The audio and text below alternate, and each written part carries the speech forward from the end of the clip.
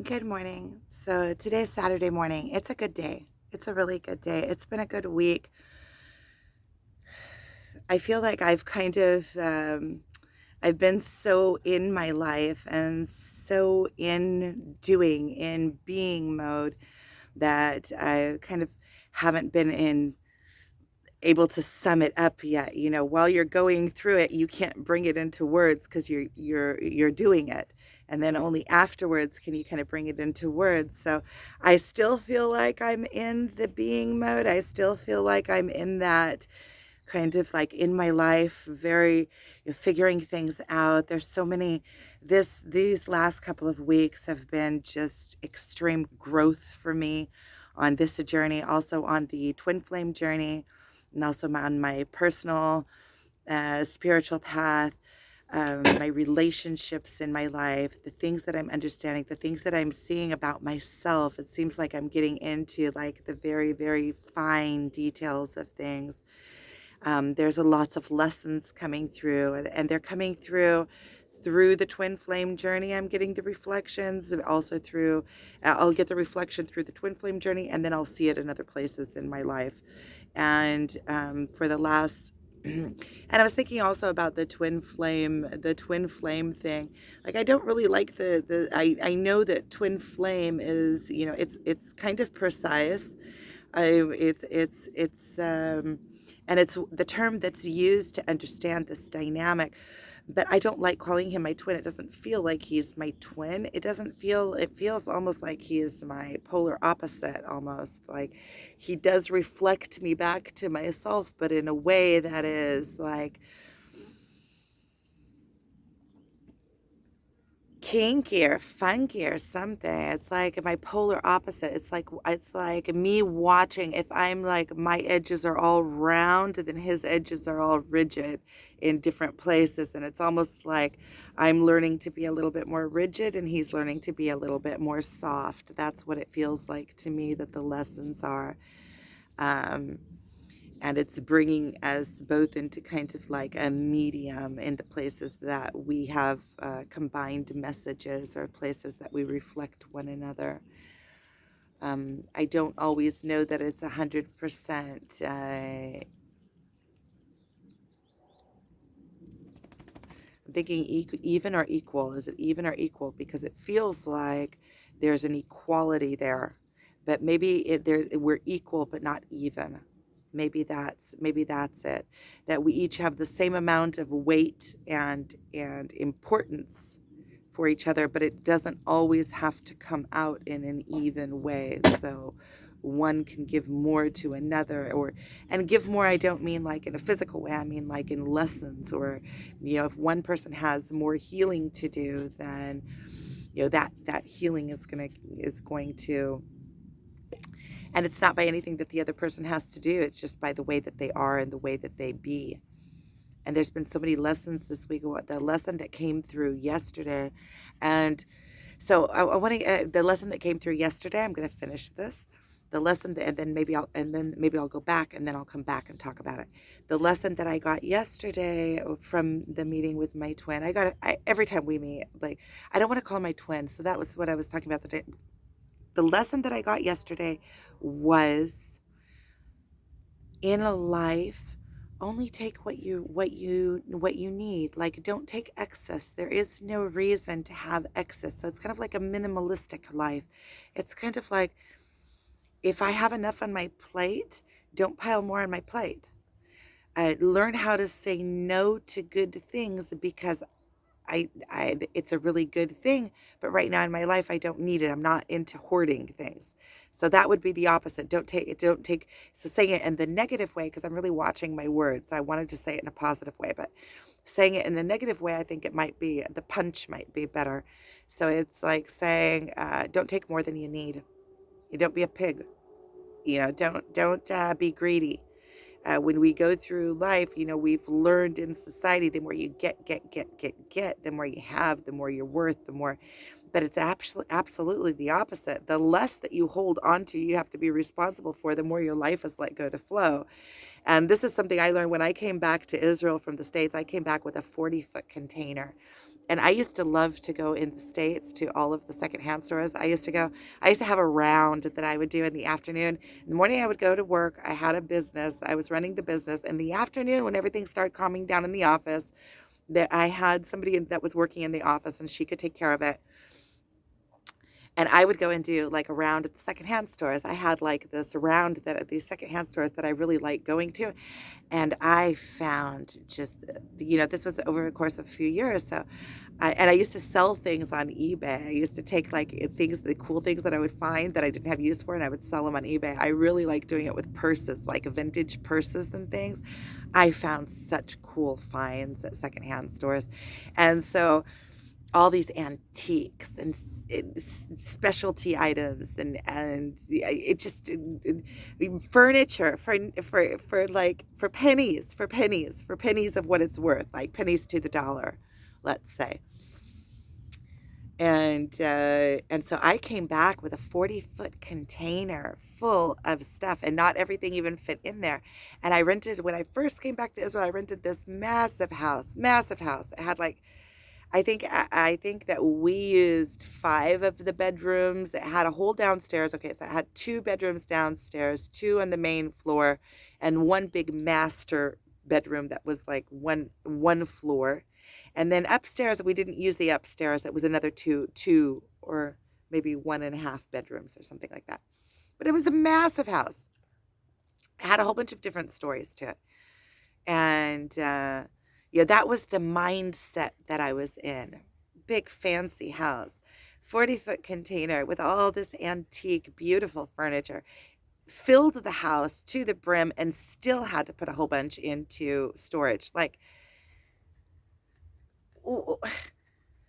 if the stuff doesn't even fit into my house, there's no, it's just more stuff to be responsible for. And that house, like to clean that house, you have to set like a whole day. It was,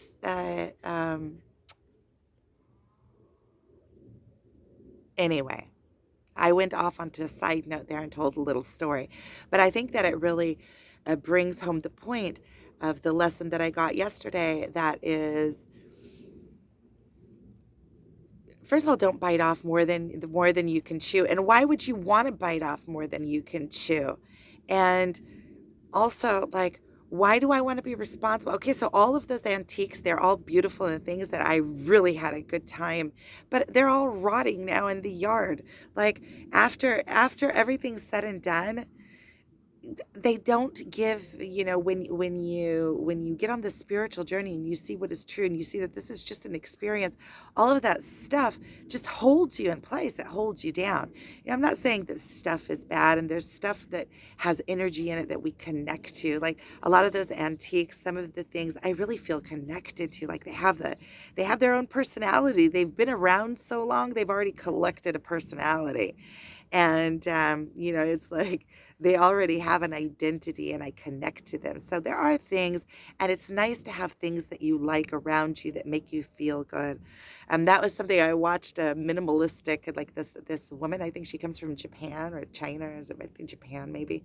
And she helps people clean out their house, and she comes with a translator, and it's a show on Netflix. And she comes in, and one of the things that she teaches is she teaches people how to organize their houses and how to minimalize. And she says, only keep the things that give you joy. That's the, if you have something, or that it's very like utilized, like you can use it very, very, it has a purpose and very, very, but enclose only things that bring you joy. And that's a real simple way to, you follow your emotions. It's just like the spiritual awakening. You follow your emotions. And so I need to connect again. Update on that Mudpuddle scenario. Okay, so I've seen him since then twice. It's been like 3 days ago, and you see, these are the lessons that they come, and they're easy lessons. These are like easy lessons, easy let goes, and they're coming like a really nice soft package, like with the Mudpuddle thing. I got to go through that whole fear of abandonment thing. Okay, he abandoned me.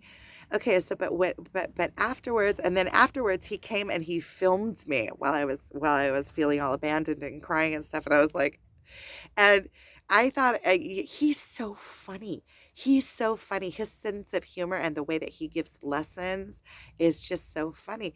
And half of the time, I don't know if he does it on purpose or it's just because of the way that he is. Like, truthfully, we had both already been through that mud puddle.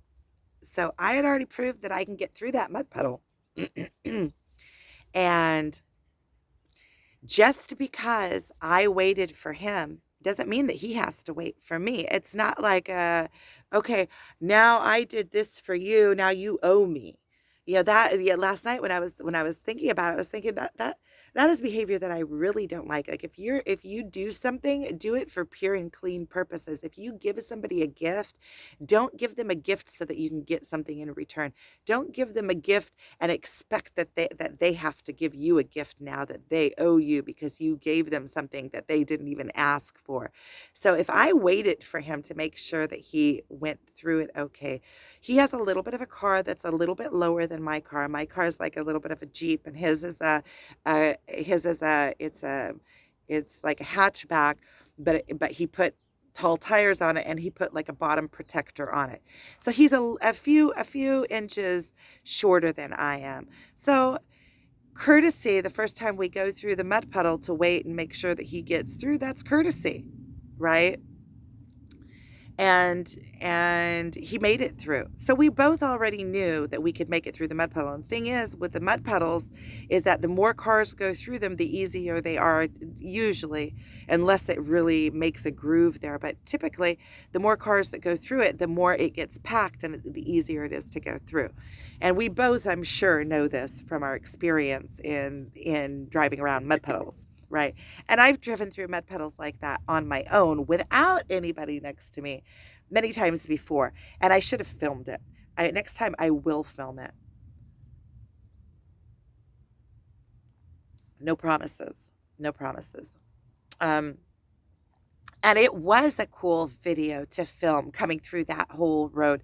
And then afterwards, he came out and he filmed the car. So he made a nice little movie about our little adventure, which is, for me, it's more like a perk. It's like, oh, cool, I get to be in his adventure movie because he makes these little movies and then every once in a while he'll publish them.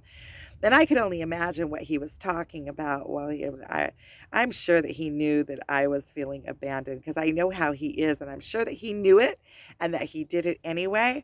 And so that I could learn this lesson that I'm telling about now, the mud puddle lesson. This is the mud puddle lesson and twin flame dynamics. I want to talk about the twin flame dynamics. So I could imagine that he would do it on purpose, and I could also imagine that he would do it completely without any thought of it whatsoever because we had both already been through the mud puddle.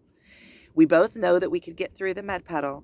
And so if he trusts me as an even to him, right, was where I want to be. I want to be an even to him and even to be in this twin flame journey to get to see your divine self and to get to any kind of union, whether, and that's what, because we're always running after the 3D union is what brings us to the spiritual awakening, because you're always getting that and you have to keep on getting those lessons and rising and rising and rising. And I'm seeing myself more and more and more and becoming stronger and stronger and stronger.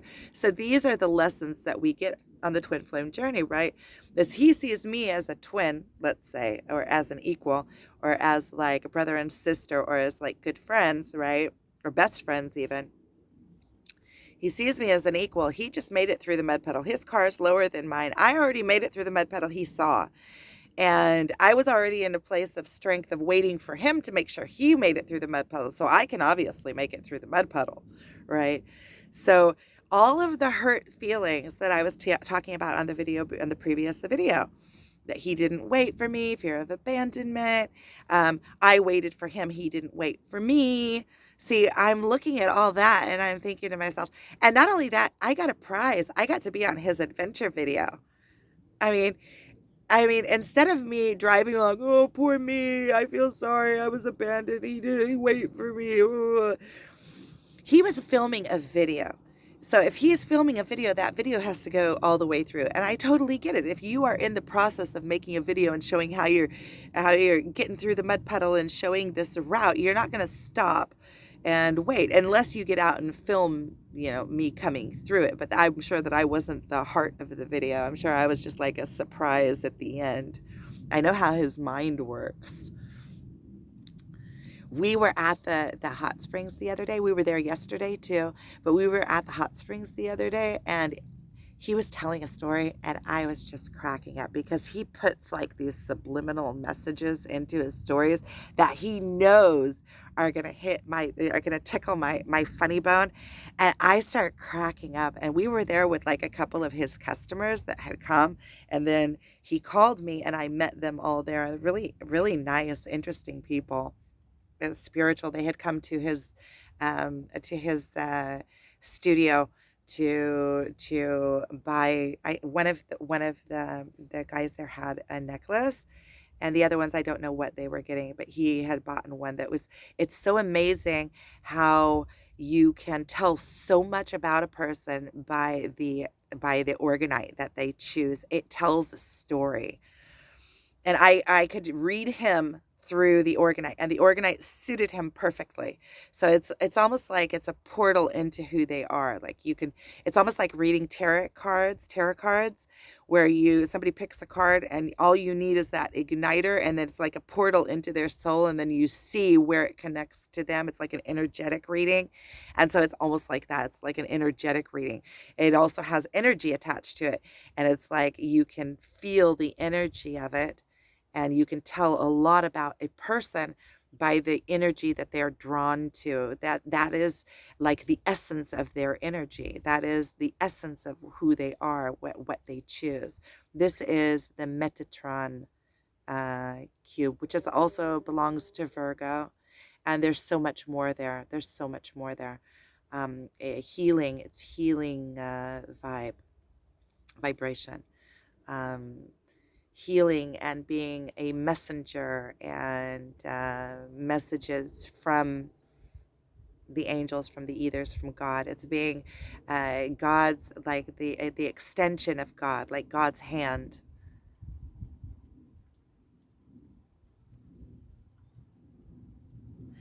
And they have energy, and it depends also on the alchemist who makes them. So this one my twin made. And so just to sum that up, because now I want to get into the twin flame dynamics. I'm talking about a whole bunch of subjects on this video, but this is kind of like a week update video on the twin flame journey, anything that's going through my mind. And also all the lessons that I get are connected to there. And I'm really looking inward. I'm really looking inward. And then I have a couple of stories, if it doesn't get too long, about the three foxes, and then the story of yesterday of almost fixing my light. And maybe I'll do a different video about the foxes and fixing the light, like a story video that I tell stories, the storyteller.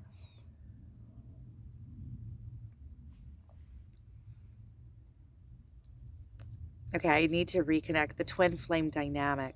So I was thinking about it this morning. I was thinking, like, I don't want to call him my twin. I don't like that. I know that that is the word, but then I was thinking it's just like what I really want to say, like the thing that comes the most natural for me to say is my other, because it's not a best friend dynamic. Like I could call him my best friend. He is my best friend, but it's not a typical best friend dynamic. It's a really funky dynamic. It's like this dynamic that I don't know. It's like we're connected, but it's like you're on one of those bulls. Have you ever been on one of those electric bulls that just go all over the place? It's like you're connected onto it. You can't get off, but you're being like, or like being on a merry-go-round where your hands are stuck to the bar and it keeps going in all different directions and you keep like moving with it. That's what it feels like. It's like a dynamic like that. And I just feel like calling him my other, my other. I don't know that.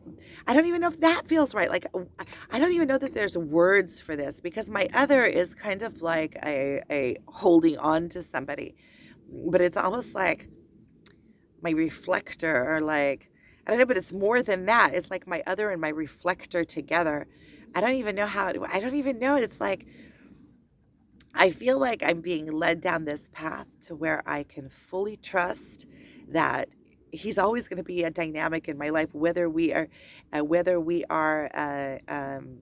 in physical contact or not, in which I can't even see, even when we were physically, like even when we were in separation, we kept on meeting over and over and over and over. And I had a little bit of the chasing energy too. And now I feel like the chasing energy, I'm kind of relaxing into myself. And I'm wondering to myself, is that because we are in constant contact now? These last few weeks, we've been in like constant contact almost. Or is that because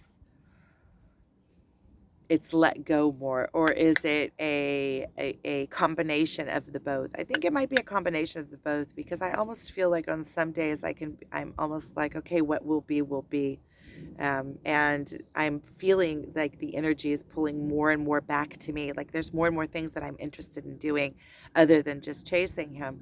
Like more people that I'm interested in talking to. Um, Things that I'm looking forward to that don't involve him or the twin flame journey. And I feel like that is in bringing my energy back to me. Like I got my site is published already. I'm not publishing it outwardly, but it's already sitting under its domain. It's already done.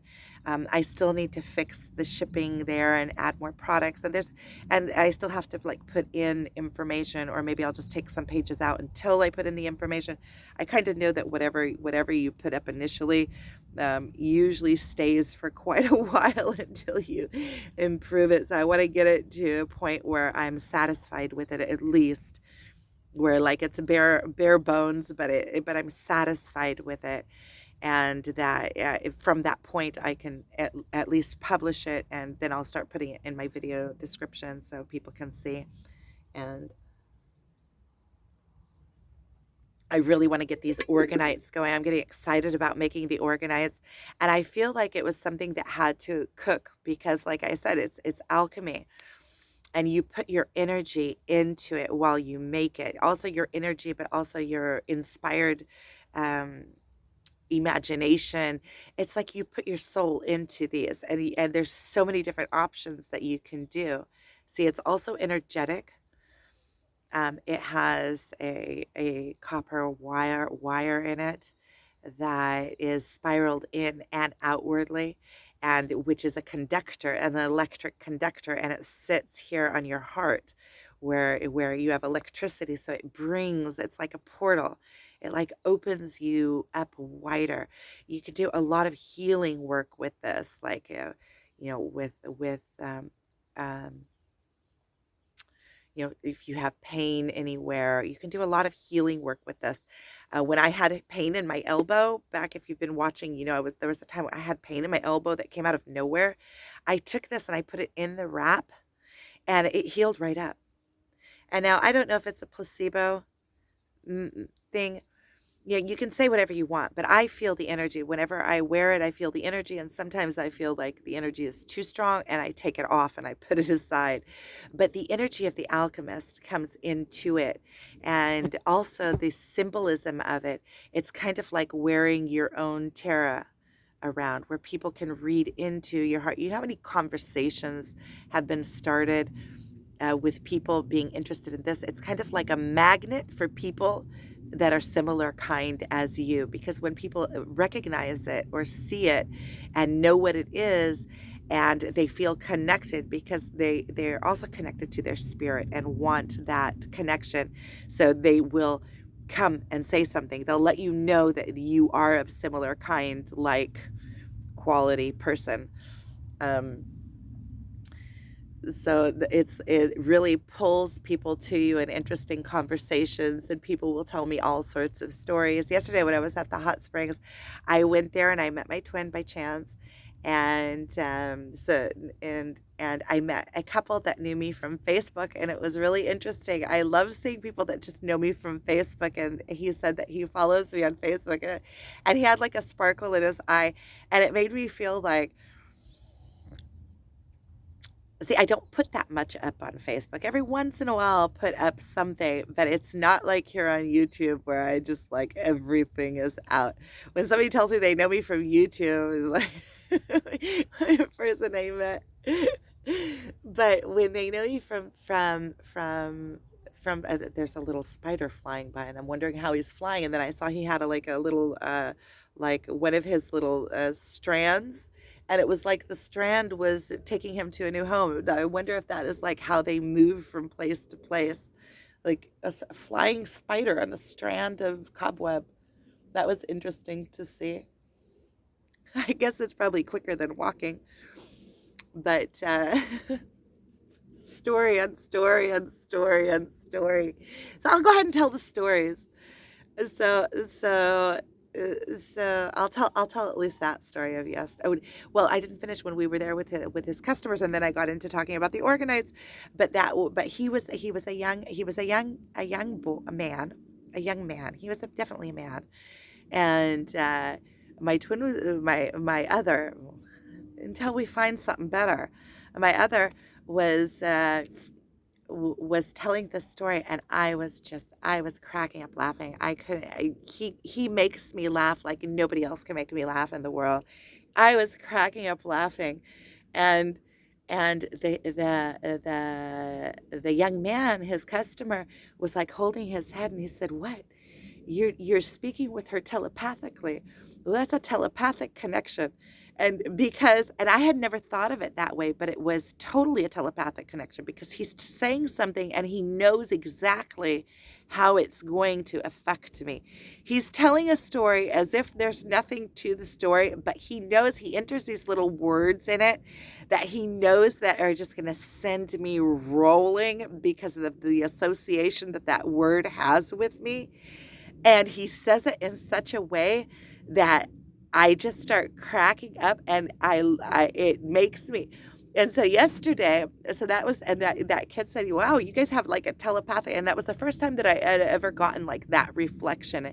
And then I thought, oh yeah, that is kind of a telepathic way of looking at things, like being able to understand each other without having to say the words, understanding each other completely without having to say the words. And then yesterday I was cracking up, and somebody was there and they didn't get why I was laughing. He said, you see," and then and then and then and then he said, "It's good that we have our own like language," and what was I going to say about that? There was a point that I was going to be making about that, and then I got off point, and then I lost my point. It must not have been that much important. Oh, I said, yeah, we have our own language that I makes me look crazy.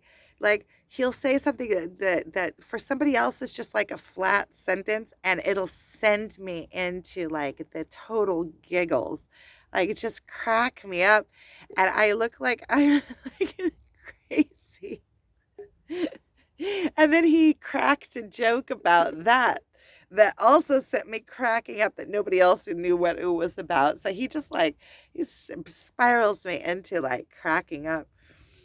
That's what's so like, it's like, that's what's so like addictive about this relationship, is that it's the closest relationship, like the closest bond. It's like somebody that gets you so well and you get them, that it like almost hurts to be apart. It hurts to be apart from that person. And there was some more dynamics that I was thinking about. I was thinking about the dynamics, how we have the potential to be the sweetest like remedy for that person, for their healing, but we also have the potential to be the one that hurts them the most. And I was thinking to myself, because of the dynamics, I don't think that he hurts me on purpose, but I hurt from the dynamics that are between us. It hurts to see those reflections. It hurts to have that quench that doesn't get satisfied. It hurts to be in a yearning that doesn't get, and it also hurts to see those reflections of the weaknesses within yourself, the places that we are, that's why this spiritual awakening, it ignites the spiritual awakening, because all of a sudden you see yourself so clearly. It throws you into the spiritual awakening. And I was thinking to myself that, it's a reflection. So if it's painful on one side, it must be painful on the other side as well, even if they don't perceive it as pain. That's something in our dynamics. I was thinking, so how am I hurting him? Well, maybe it's in that expectation of him being the answer for me, is an expectation from him. It's saying, okay, you have to be the strong one and you have to deliver in all of these places so that I can be whole. I mean, who wants that? Or you have to wait for me on the other side of the mud puddle because I waited for you. Or you have to wait for me on the other side of the mud puddle because I'm the feminine and I'm so weak and maybe I won't make it across the mud puddle, even though I already made it across the mud puddle. And even if he's making a video that's a really cool video, put me ahead of you. When you already know that, just so you can be like the gallant knight on the white horse, which is all fakey, right? No, we're even, dude. Like, I already made it through the mud puddle. I already proved myself is proven. I don't need to hold you and to make me feel like a weak woman so that I can do my kerchief and you know. So you see how I'm looking at this now? These are the lessons that we get. This is the rising into our strength. This is how we do it. This is how we do it. And it's in those things of not holding him into expectation. Wherever I feel expectation, I feel hurt. I need to look inward and say, okay, what's the expectation? Why are you feeling hurt by this? Something's off. If you're hurt, it's inside of you. You're the one hurting. It's your emotion. And then, instead of me being like, maybe he's doing something, or maybe even just not even thinking about it. Because if I didn't have an expectation of him having to wait for me and fulfill my feminine weakness need, wait for me on the other side of make sure that I'm okay, even though my car is higher than yours and you just made it through. Okay, but my tires are a little bit bald.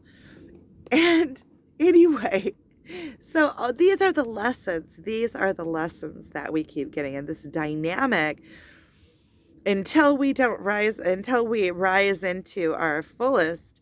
Then this dynamic is going to keep on reflecting to us all those places that we're not standing up. It's just going to keep going and going and going and going. And so that's the twin flame dynamic. And the story of the three foxes, I don't think deserves its own. I just told that story. Okay, so yesterday when we were leaving the hot springs, right? When we were leaving, on the way out, I was following him, right? And so here's the lesson of not trying to take more than you need, right? And this is how we get the lessons. We go into this complete spiritual realm, and the lessons in that realm are like mystical. So the lesson that I got when we were at the hot spring, he asked me if I wanted a hummus sandwich that he had left over. And I said, sure, even though I already had a meal at home that I had been cooking all morning to make it because my boys came and we made a really nice Friday night meal. And so I had been cooking. Everything was ready. My son and his girlfriend were coming, and my two younger sons were there. So everything was already ready. I had a full ready meal. He offered me a hummus sandwich that had fries in it and some salads. And he said that he had it in the car if I wanted it. And I said, yeah, because when he offers me something, see, my instinct is yeah. If he wants to give me something, yeah. But the truth is, that was just the lesson that I got, right? And how did I get the lesson? See, that was the lesson that I got, that don't take more than you need. Like, I should have said, no, I have a meal and my boys are waiting for me at home. I don't need a sandwich. But my thought was, okay, I'll add it to the meal, right? That's my thought. Like, oh, good, I have something from him to add to, and it's like, it's the same as taking from nature more than you can eat, more than you can cook. You don't go in and take, it comes from a place of greed. It comes from a place of like that massive house that I rented when I first came to Israel. And since then, I've downsized so much. All of my brothers and sisters have all sorts of furniture. I gave away a whole bunch of stuff. I sold a whole bunch of stuff, and I got down to things that I really do like my just the pieces that I really really like, and the pieces that are functional. And even some of the things that I really really like, I got rid of because there's only so much you can really have, and so then when we were leaving, I forgot to get it from him when we went to the car. So then when we were leaving, I was following him out, and we were driving along the main road, and he put on like his hazard lights, and he pulled off to the side of the road. So I came up alongside him to ask him what was going on. He said, "Stop on the side of the road because my headlight isn't working." And he said, "Stop on the side of the road. I'm gonna try to fix your headlight." And so I stopped, and he had an extra headlight on him. And so he stopped, and he came out, and it was already starting to get dark, and he gave me that pita with the hummus and the stuff. And I said, "Thank you." And I put it in my car. And at that point, I could have refused it. I could have said, "Listen, I have like a whole meal waiting at home. I don't," but I didn't. I took it. And then he tried to fix my headlamp, and he got down. It was, in the Subaru, it's like way down inside and under and behind the battery, and you can barely reach it. And he couldn't get it loose. He said maybe there's some kind of mechanism there that he doesn't know that is a release mechanism, that I should just go to like an electric store, and when I get the headlamp, that they will be able. But it was the thought, and he was really sweet. And he stopped, and he tried to fix it for a long time. It was a really nice gesture. And afterwards, when I was laying in bed at night, when you start your mind runs on the day, I was thinking to myself that it's kind of connected. It's like on the universe, that the universe gives you signs. I was thinking it's kind of connected, like that. He was trying to fix my headlight, which is trying to like give me light. It's like my light. It's like my light is almost on. It's like I'm almost pure light, but I still have some shadows. And like taking the pita when I really didn't need it are the shadows, right? So it's like it was a place of greed. It's a place of biting off more than you can chew, or taking more than you need. Taking from the universe, and that's a really, really delicate way of getting that message. It's not like a shocking way or anything. It's like a really delicate way of getting like a really beautiful message from the universe. And then my light was almost fixed, but not quite. And so that also feels like a place of like, had I not taken the pita, maybe, and who knows, it's like quantum physics. All options are open until it's settled. So until it has happened, all options are always open. So that would have been an option. Had I had not had that darkness in me, right? Yeah, we're going to pure light, right? That's where we're going. We're headed on the spiritual awakening to purify ourselves into pure light, and to purify ourselves from faulty behaviors, which taking more than you need from the universe is not beauty. The flowers, there's a flower down there. The flowers don't take more than they need. They only take exactly what they need. I'm going to show you these flowers that are blooming here. Just a minute. See? There's the flowers. The flowers have started blooming. We've gotten some rain. There's a lot of mushrooms. So I want to show you also, if I'm already here and I'm telling the story, and I'm telling the story about the 3 foxes. So that's my story yesterday from the hot springs. And it was really sweet of him to stop and try to fix my, stop and take time and effort. And he had an extra light bulb. And it was really sweet. It was really, really sweet. And And that was kind of like the lesson that I got. And I got it in a really soft way, like the universe was telling me. And that was really sweet.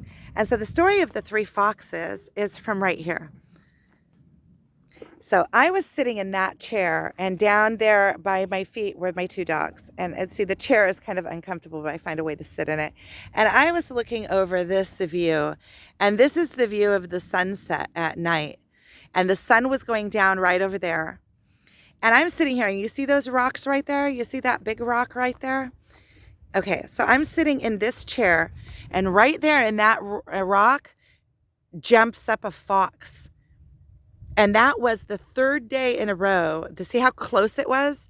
And the first day that I saw the fox, I was sitting also, I was sitting on one of these rocks over here. And right down there in the valley, right down there where that tree is, right there, below these rocks, a fox started running, and it ran along all the way there, and it ran up the mountain over there, and I watched it go. So that was the first day that I saw the fox. The second day that I saw the fox, and it might be the same fox because I haven't seen a fox in nature for years, or since I can remember. It seems like maybe once or twice have I actually seen a fox running around out in nature. So it might have been the same fox that he kind of just moved into this territory or something, or was passing through this territory for a few days. But it was a beautiful fox, orange with this big fluffy tail with like white at the end of the tail. And the second day it crossed my path on this road right here. And the dogs took off after it. But on all three of the times, the fox stopped and we had a moment, like we looked each other in the eye. And the third time when it hopped up on that rock right there, it stood there for a long time looking at me, just looking eye to eye. And I was sitting there for like half an hour in complete quiet. And that's why the dogs were already relaxed. The dogs didn't even notice it come. It has, it's like so silent that you couldn't even hear it coming. And all of a sudden it was like right there. And we were looking at each other eye to eye. And it took off. The dogs started running after it when they noticed it. And it took off running.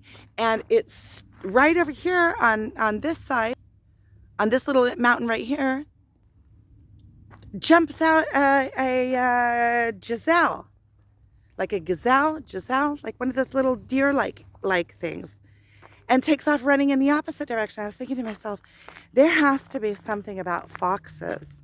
There has to be something about seeing a fox, because seeing a fox 3 days in a row out in nature when I haven't seen a fox for years and years and years, and all 3 times locking eyes with it, like every single time I locked eyes with it for a moment, it like knows me. Like I looked into its soul. And then on my computer screen randomly changes pictures. When you first go in, and it has like I don't even know where the database of all those pictures are, but sometimes it has all these cool pictures. I go in and I turn on my screensaver is a picture of an orange fox. Like, I was saying, okay, the universe is coming to tell me something. It's like the phoenix. The phoenix, I got like a message of a phoenix like 4 times. Day after day after day after day. Somebody was talking to me about a phoenix. Then all of a sudden I see this tarot card reading with a phoenix in it. And then all of a sudden it showed up in a series that I was watching. The last episode, they were talking about a phoenix.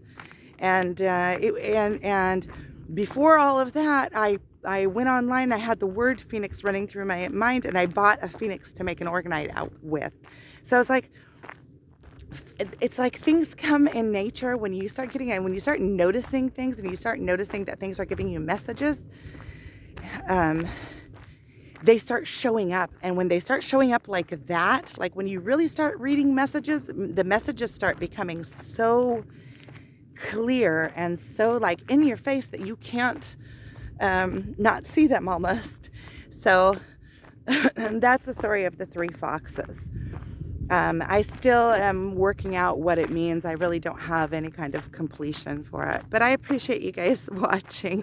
I think it means maybe like new starts and maybe like being resilient.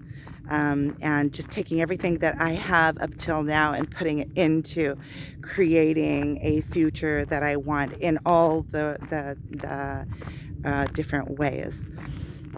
And so I really appreciate you guys watching, and sending you guys so much love and appreciation from Galilee.